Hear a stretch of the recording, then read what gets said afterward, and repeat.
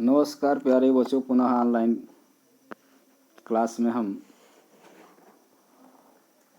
हिंदी साहित्य पर आधारित रीतिबद्ध काल पर प्रश्नों को लेकर के उपस्थित हैं। आज के वीडियो में हम प्रश्न नंबर 72 से देखेंगे। इसके वाले प्रश्न में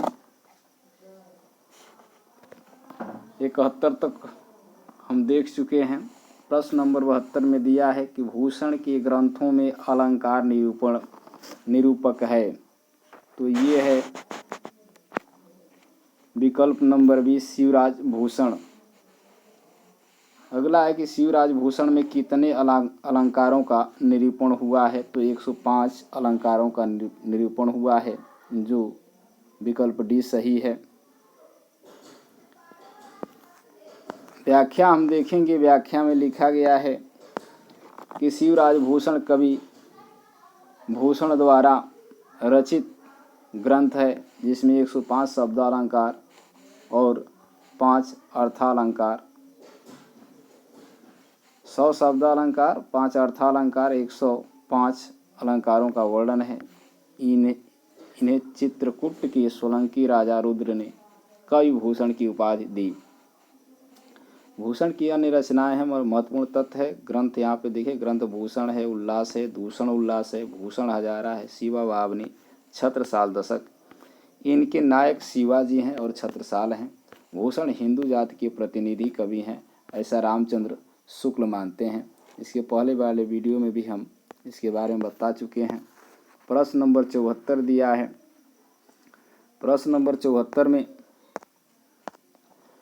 रामचंद्र शुक्ल ने अपने हिंदी साहित्य का इतिहास ग्रंथ में इनमें से किस कवि को हिंदू जाति का प्रतिनिधि कवि कहा है।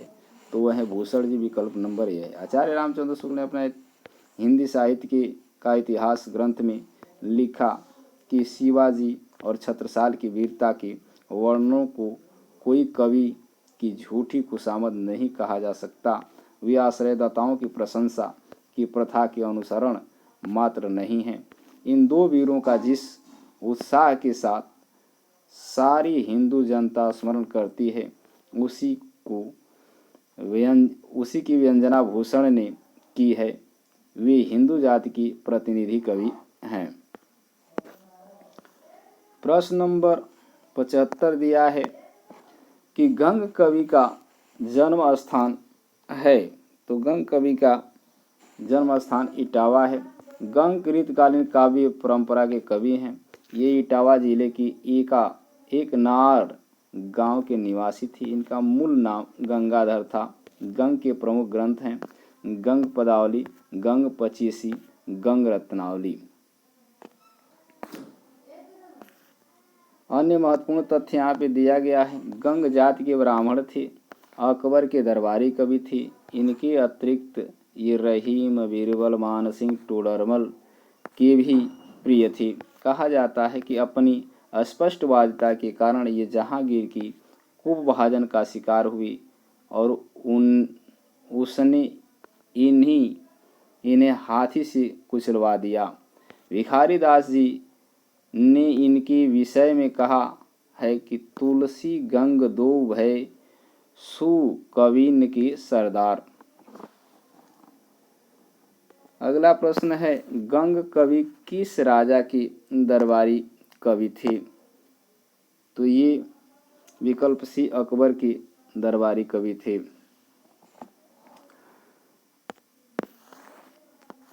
नैनन नचावत, नैन नचाय कहियो मुस्काय, लला फिर आयो खेलन होरी, पंक्ति कवि की है।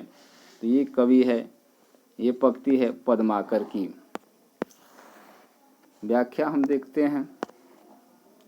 प्रस्तुत पंक्ति पद्माकर की है। यह होली विषयक सवैया है। पद्माकर का जन्म विक्रम संवत 1810 में बांदा, कुछ इतिहासकारों के अनुसार सागर मध्य प्रदेश में हुआ था। इनके पिता का नाम मोहनलाल भट्ट था। पद्माकर को रीतकाल के कवियों में श्रेष्ठ का स्थान प्राप्त है। अंतिम समय निकट जान कर पद्माकर जी कानपुर गंग तट चले आए और वहीं अपने जीवन के शेष 7 वर्ष पूरे किए।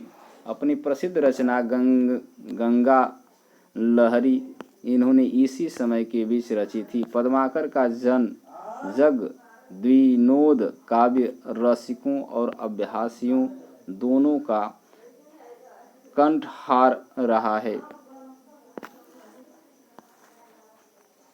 पुनः वही प्रश्न आ गया, नैन नचाए कहियो मुस्काए, लला फिर आयु खेलन होरी, ये पंक्ति किसकी है? ये पद्माकर की है। ऊपर की व्याख्या में हम देख चुके हैं। अब दूसरे पृष्ठ पर हम चलते हैं 78 के बाद। पुनः वही प्रश्न है, नैन नचाए कहीं मुस्काए, लला फिर आयो खेलन होरी, पंक्ति किस कवि की है? ये पद्माकर की है। शोभा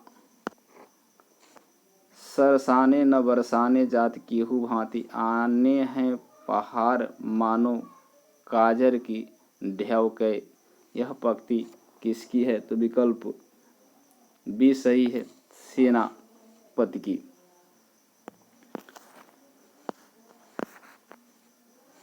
व्याख्या देखते हैं। शोभा सरासन काजर कै ढेवके काव्य पंक्ति के रचयिता रीतकालीन कवि सेनापति हैं। सेनापति की मुख्य रचना कवित्त रचना रत्नाकर है, जिसमें शेष अलंकार, श्रृंगार, ऋतु वर्णन इत्यादि मिलता है। इनका एक अन्य प्रसिद्ध ग्रंथ काव्य कल्पद्रुम है।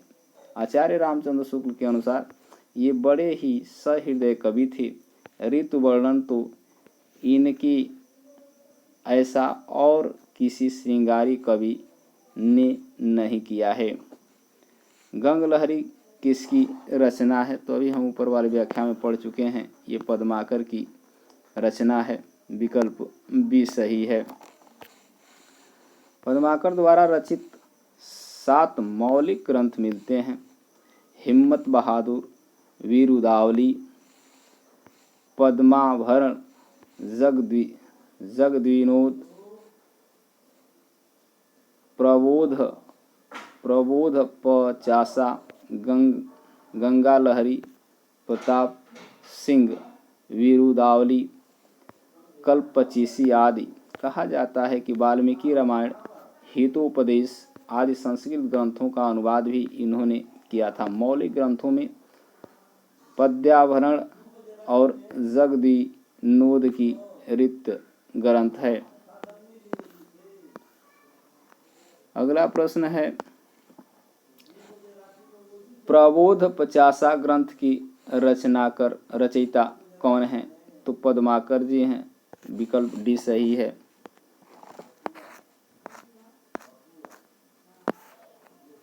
प्रश्न नंबर 83 में दिया है, पद्माकर द्वारा रचित अलंकार ग्रंथ कौन सा है?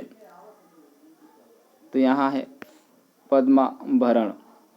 पद्माभरण जगद्विनोद पद्माकर की रीतकालीन रीति ग्रंथ हैं।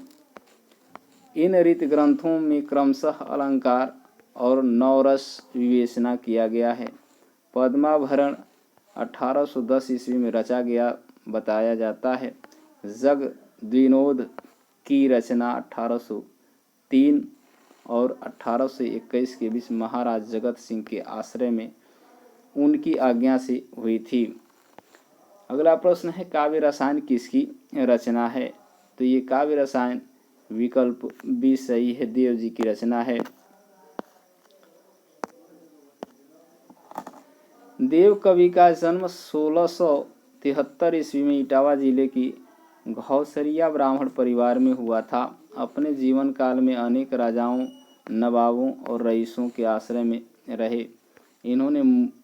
इनमें प्रमुख थे आजम शाह फफूंद, रियासत के राजा कुशल सिंह, सेठ भोगीलाल इटावा के निकटवर्ती, योड़िया खेरा के राजा उद्योत सिंह, दिल्ली की रईस पातीराम के पुत्र सुजान मणि, पिहानी की अधिपत्य अली अकबर खां। इनकी मृत्यु 1767 ईस्वी के लगभग हुई। देव की प्रमुख रचनाएं काव्य रसायन, भाव विलास, अष्टयाम, भावनी विलास, सुजान विनोद, प्रेम तरंग, राग रत्नाकर, कुशल विलास, देवचरित, प्रेम चंद्रिका, जात विलास, रस विलास, सुख सागर तरंग, वृक्ष विलास, पावस विलास, ब्रह्म दर्शन पचीसी, तत्व दर्शन पचीसी, आत्मदर्शन पचीसी। आगे है जगह दर्शन पचीसी, रसानंद लहरी, प्रेम दीपिका, नखशिखा, प्रेम दर्शन आदि हैं। अन्य महत्वपूर्ण तथ्य दिया है। सोमनाथ और अथवा शशिनाथ ने रस पीयूष निधि, श्रृंगार विलास, कृष्ण लीलावती,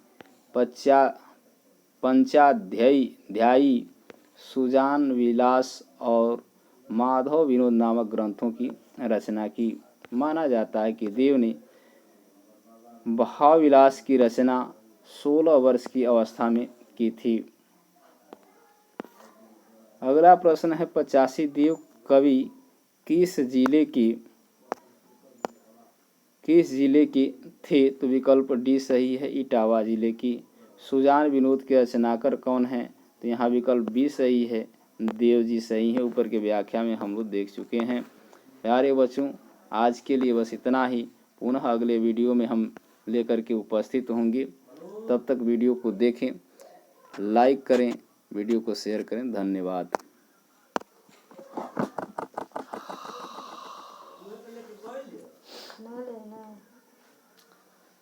हाँ ले आ। हाँ अच्छा, रोटी दे दो कितना रुपये का।